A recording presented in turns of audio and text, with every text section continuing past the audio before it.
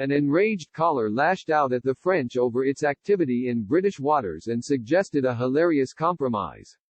John, from Cornwall, called into the Jeremy Vine show to argue that, post-Brexit, the UK should not allow so many other nations to fish in its waters.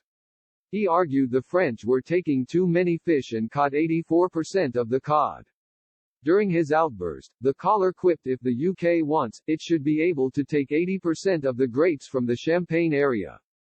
The caller said, well, I live in Cornwall and 84% of the fish caught, of the Cornish coast, is by the EU, mostly French fishermen.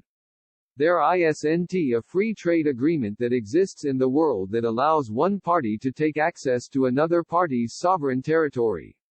We might as well go to France and say we want 80% of the greats from the Champagne area. Mr. Vine then turned to June Mummery for confirmation on the figures. She said, yes, 84% of cod is caught in the English Channel by the French. It is ridiculous, and this could all come back to us and create much-needed jobs. Another frustrated viewer called into the show to voice her annoyance at the EU overfishing.